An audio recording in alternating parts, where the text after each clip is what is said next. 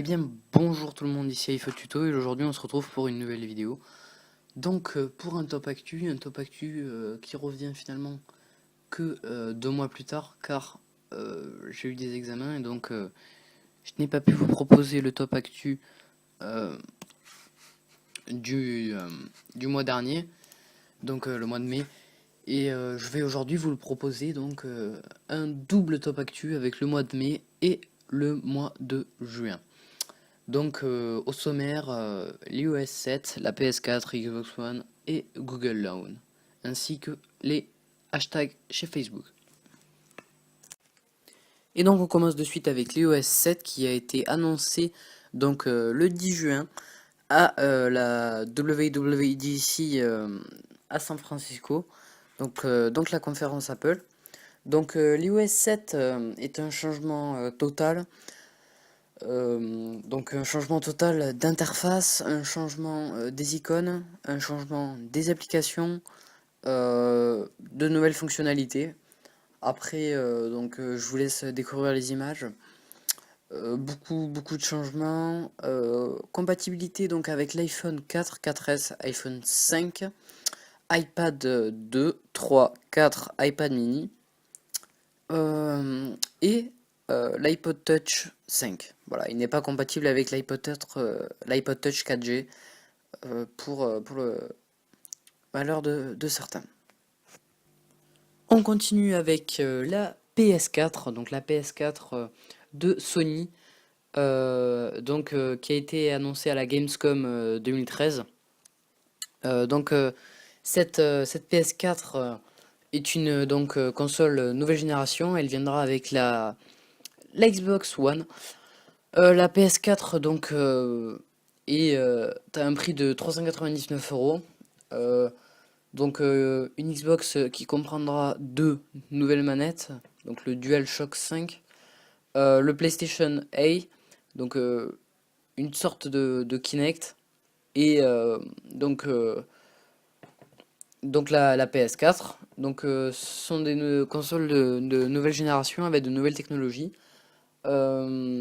beaucoup plus rapides et beaucoup de fonctionnalités en plus. Je vous laisserai aller voir dans la description les liens pour les informations sur cette PS4. On passe maintenant à la Xbox One. Xbox One, console annoncée par Microsoft. Elle a été annoncée et découverte d'entrée, contrairement à la PS4. C'est une console multimédia, on va appeler ça comme ça, car elle est surtout centrée sur le divertissement, euh, autant qu'il soit au niveau des jeux vidéo, mais aussi il est d'une autre partie pas mal penché sur la vidéo, les images, la musique, et, euh, le contrôle vocal aussi est de partie. On voit donc dans la démonstration à la conférence qu'il n'utilise que la Xbox avec la voix. Et ça peut être assez intéressant dans l'utilisation de la console. On peut l'allumer par la voix, tout ça. On a un Kinect 2.0, donc voilà. La nouvelle Xbox est annoncée donc avec le Kinect inclus dedans, de nouvelles manettes et à un prix de 499 €. On continue maintenant avec le Google Loon. Donc qu'est-ce que c'est? Ben c'est la petite actu un peu décalée de la semaine, on va dire. C'est Google qui, euh, qui a pris comme projet d'envoyer des ballons donc dans l'espace. C'est pas bon, c'est pas vraiment dans l'espace, c'est 2 fois plus haut que le vol des avions de ligne. Donc c'est entre les avions de ligne, les vols d'avions de ligne et les satellites. Donc qu'est-ce qu'ils vont faire là-haut ces ballons? Ben ces ballons hein, là-haut ils vont fournir l'internet au débit aux pays qui n'en sont pas, qui n'en bénéficient pas. On pense notamment aux pays du Sud, c'est pour cela que c'est fait. Euh, Ce sont des ballons qui vont circuler autour de la planète, qui sont mobiles et qui seront quand même contrôlés à terre. Donc pour l'instant on a 30 ballons dans les airs. Et, euh, et donc ce qui est intéressant c'est qu'on pourra donc avoir internet partout, dans la jungle, dans la forêt, n'importe où. Donc c'est super intéressant. Certainement avec un abonnement. Après on pourrait donc voir, voir disparaître peu à peu la 4G, la 3G et tout ça grâce à ça. Ça reste un projet, il y a 30 ballons dans les airs. Google en prévoit d'en envoyer une centaine.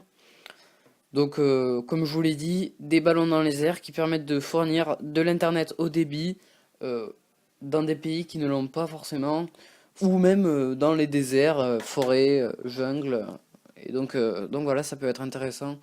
Au débit, je parle bien sûr du Wi-Fi, donc c'est une connexion euh, au débit, voilà. Donc voilà, c'est Google Loon.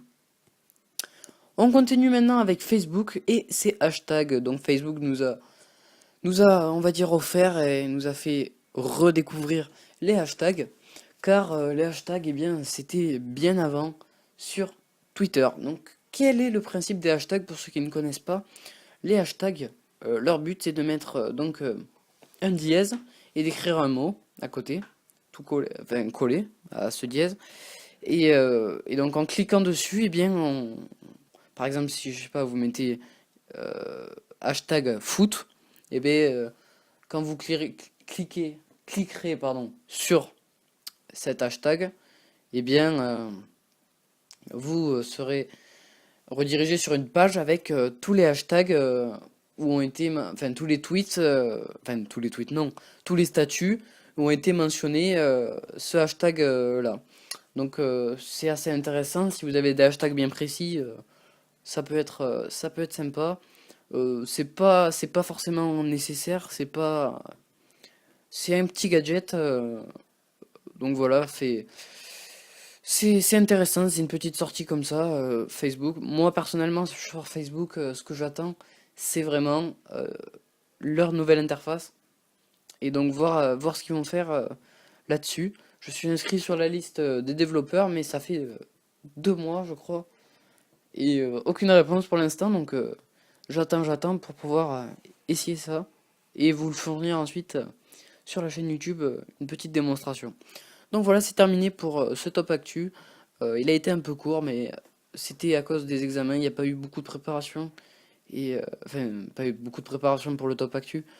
Et donc un peu plus au niveau des examens, ce qui fait que j'ai pas pu trop me concentrer là-dessus. Donc j'espère qu'il sera pas trop mauvais. Donc je vous remercie euh, de votre attention et de votre écoute sur cette vidéo. Donc n'hésitez pas à vous abonner si ça vous a plu pour suivre mes autres vidéos. Et d'aimer la vidéo si vous l'avez aimé, tout ça, commenter si vous avez quelque chose à dire. Et puis voilà, bon, allez, ciao ciao.